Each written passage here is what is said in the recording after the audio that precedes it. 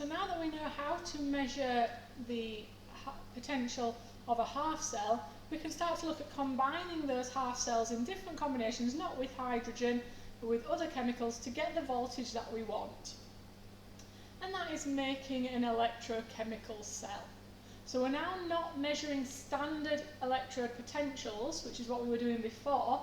We're now putting two half cells together to make a full cell.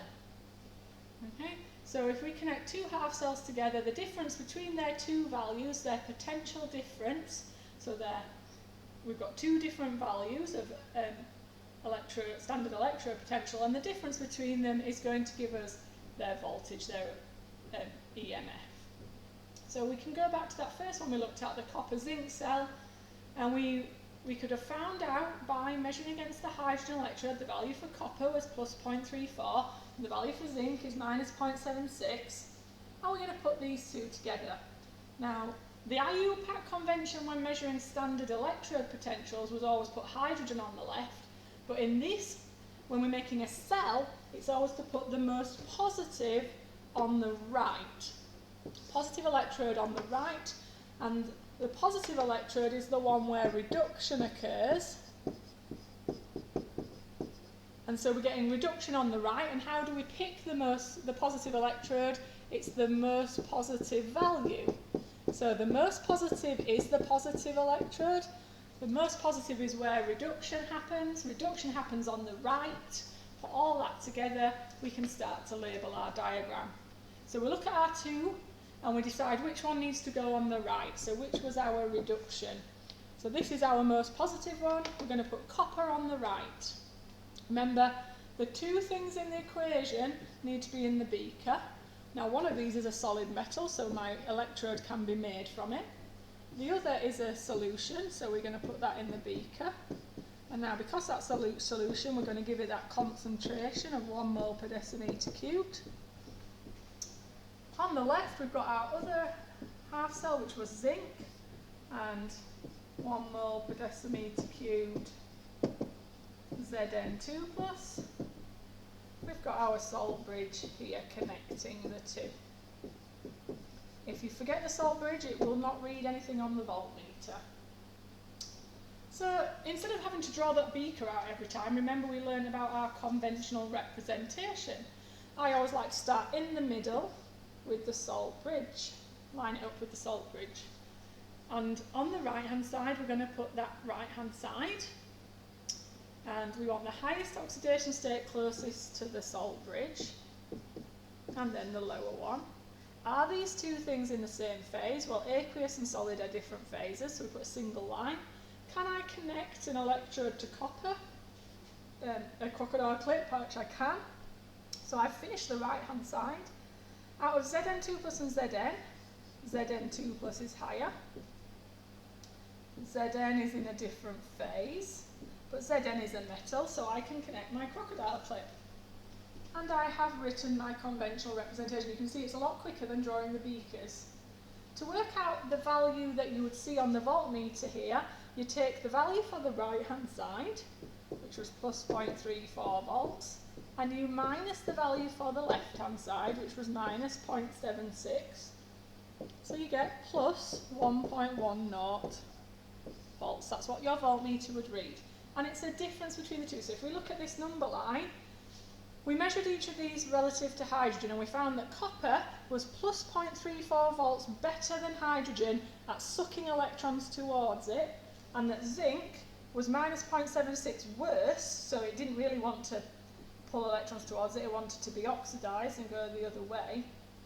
And so it's below the hydrogen. The difference between the two is plus 1.10 volts. They're 1.10 volts apart on this big line. In this circuit, the electrons are going to flow from the zinc to the copper. So zinc is going to be oxidised. If we look at it up here, the electrons are going to flow this way. So Zn is going to become Zn2+, and Cu2+ is going to become Cu. The electrons are going to flow from oxidation on the left to reduction on the right. So let's have have a little practice of that again. So how would we calculate EMF from a conventional representation? So here we've got a magnesium copper cell. So we would look in our electrochemical series for the values, and we find copper is plus 0.34 volts. And if we go to the table of data, we find that magnesium is minus 2.38 volts. Which one of those is the positive electrode? So remember that the positive electrode is always written on the right, and it's the one with the more positive value.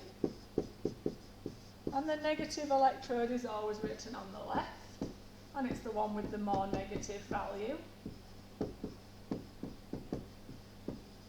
And the electrons are going to flow from the negative electrode where something is being oxidised to the positive electrode where something is being reduced. So magnesium is going to be oxidised to Mg2+, and copper 2+ is going to be reduced to copper metal. So the electrons are going to be released by magnesium and picked up by copper 2+. So we could calculate the value. So it's the right-hand side value, plus 0.34, minus the left-hand side value. And if you type that in your calculator, you should get 2.72 volts. What is actually happening at the positive electrode? Now, if you've done your standard conventional representation correctly, it's written the correct way, because at the positive electrode, reduction happens. We've got copper 2+ first and copper second. How does copper 2+ turn into copper? By gaining 2 electrons. As those electrons flow from left to right, copper 2+ gains 2 electrons. What's happening at the negative electrode? Well, again, if you've done this right, magnesium is being oxidised to magnesium ions. It does that by losing 2 electrons. So we have that reaction occurring at the negative electrode. So I want you to use your electrochemical series now and answer these 2 questions. So if we have a look at the first one, we just look up the numbers in an electrochemical series, which you've got one of in your study pack, and you calculate right-hand side minus left-hand side. Now that's usually quite easy. Knowing what happens at the positive electrode, you've got to remember that the positive one is on the right. So we've got Fe3+ at the beginning and Fe2+ at the end. That happens by gaining 1 electron, reduction on the right, and nickel becomes nickel 2+.